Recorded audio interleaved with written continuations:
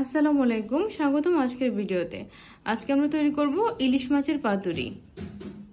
প্রথমে আমি উপকরণগুলো দেখিয়ে নিচ্ছি।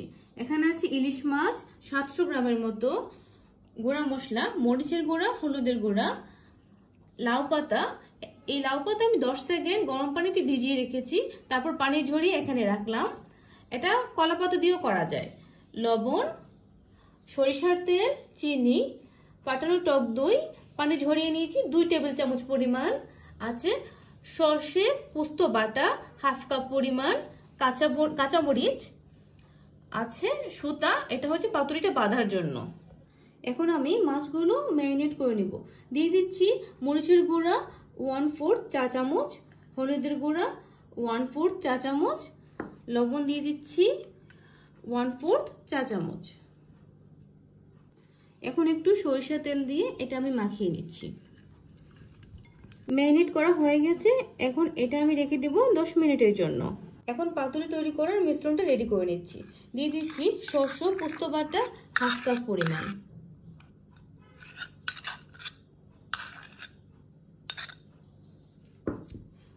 টক দই 2 টেবিল চামচ,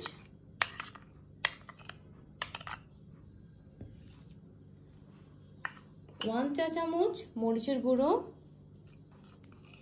1 চা চামচ হলুদের গুঁড়ো,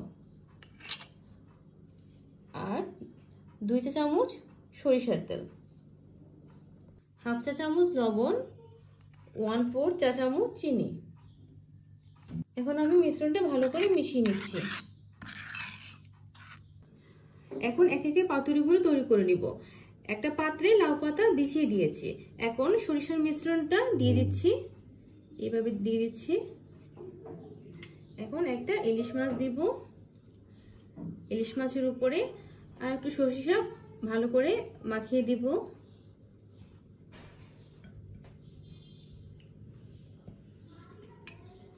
একটা কাঁচামরিচ দিব উপরে, তারপর পাতাটা ভাঁজ করে নেব।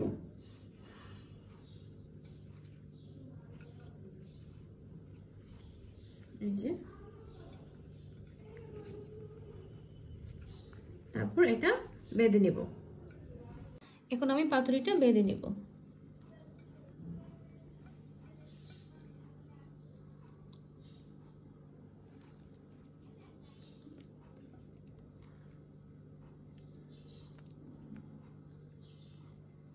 এই যে বাঁধা হয়ে গেল।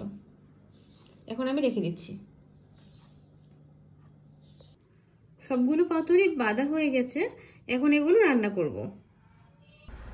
পাতুরিগুলো রান্না করার জন্য এখন একটি চুলায় ফ্রাই প্যান বসিয়ে দিলাম। ফ্রাই প্যানটি গরম হয়ে গেছে, এখন দিয়ে দিচ্ছি সরিষার তেল 2 চা চামচ। পাতুরির তেল রেডি হয়ে গেছে, এখন পাতুরিগুলো একে একে দিয়ে দিচ্ছি।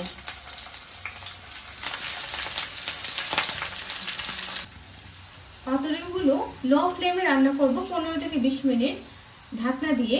মাঝখানে 1-2 বার উলটপালট করে দিব।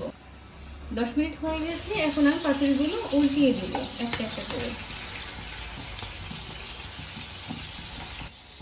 দেখুন কি সুন্দর কালার হয়েছে, সুন্দর একটা গ্রানও বের হয়েছে।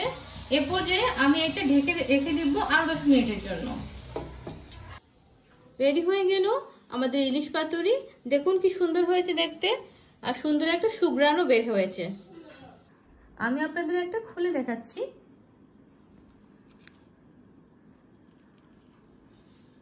দেখুন কি সুন্দর হয়েছে। আর আপনারা যদি আমার চ্যানেল নতুন হয়ে থাকেন, এরকম সুন্দর সুন্দর ভিডিও পেতে অবশ্যই আমার চ্যানেলটি সাবস্ক্রাইব করবেন। ধন্যবাদ।